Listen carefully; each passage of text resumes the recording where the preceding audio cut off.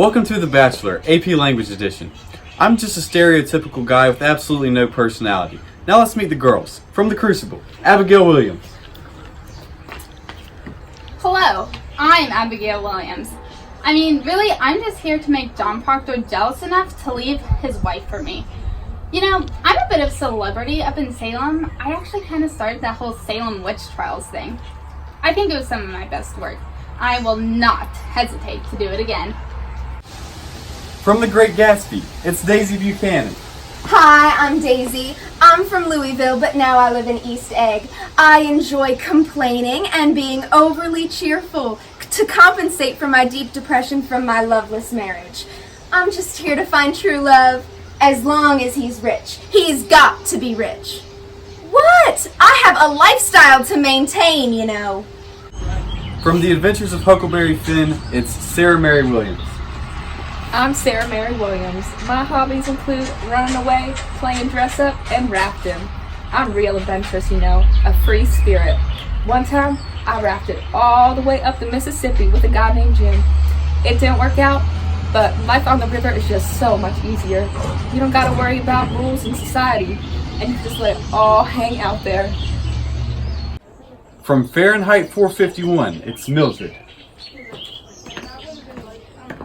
I'm Mildred, super into technology and ignoring human beings.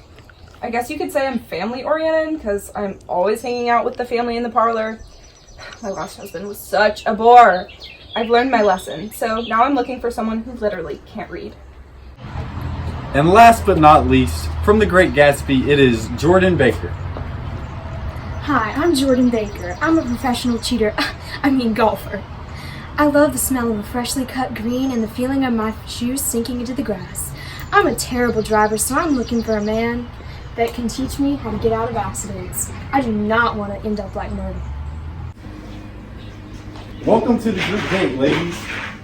This group date will feature the AP Language multiple choice exam. You have 1 hour to answer 55 multiple choice questions based on provided passages. The two lowest scoring individuals will be sent home. Ready, set, go.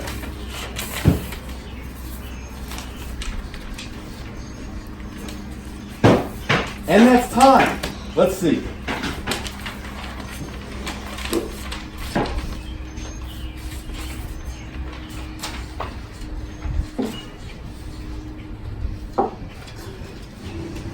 The top scoring individual is Sarah. Congratulations, Sarah. You are safe. Second was Daisy Buchanan, and third was Jordan Baker. Abigail and Mildred, I'm sorry, but you two are going home. Are you kidding me? She's a witch! A literal witch! I'm literally being cursed right now! She's cursed my paper! Gah! Whatever, I can't read anyway. So Sarah, how'd you do it? You know, it was pretty easy. I just read all the passages and all the questions carefully. And if I didn't know the answer to one of them, I moved on in a timely fashion. Also, it don't hurt that I'm pretty good with rhetoric. We now move into individual dates. So, Sarah, since you're so skilled with rhetoric, what have you chosen for our individual date? I chose to do the rhetorical analysis essay. We have to analyze how an author's rhetoric and style create meaning based on one given reading passage. It's just so much fun.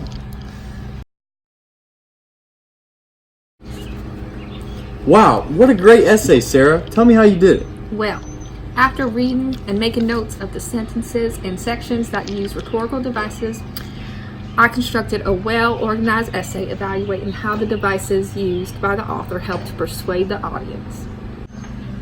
Next is Miss Jordan Baker. What have you planned for this evening? The synthesis essay. Get ready to synthesize an argument based on multiple given passages, all relating to the topic. On a side note, how's your driving? I consider myself a pretty good driver. How about yourself? An ex of mine once called me a reckless driver, but as I always say, it takes two to make an accident. Well then, let's get started, shall we? Pretty good if I do say so myself. It's beautiful, Jordan. You used the 15-minute reading period to carefully look through the sources, you used all the required sources to strengthen your argument, and you included a counter-argument. Last, but certainly not least, is Miss Daisy Buchanan. For our date, I chose the persuasive essay. Has anyone ever told you that your voice is full of money? Nope, never. Now, to write a persuasive essay, we first have to take a stance on the dilemma at hand. Then we can use current events, history, experience, literature, pop culture, and science to defend our argument. Oh, and we can't forget to address that counter-argument. Wow, you sure have me convinced. What an amazing argument. You included current events and experience to further your argument on top of including specific evidence. Ladies, you've all been great, and I really enjoyed reading into your characters. But I only have one rose. Sarah, Daisy, Jordan. Coming in third place is Daisy. Daisy, you seem to be a tad too clingy and more than a tad too snobbish for me. I'm sorry, but you're going home. Guess it's back to mansions and loveless marriages for me.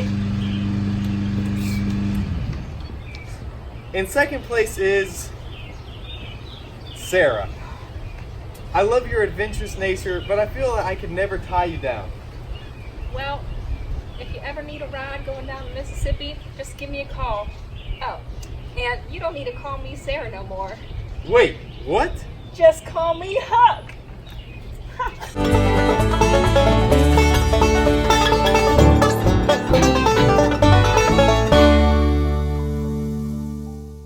Well then, all that's left to do. Jordan Baker, will you marry me? Well, actually, kind of seeing another guy.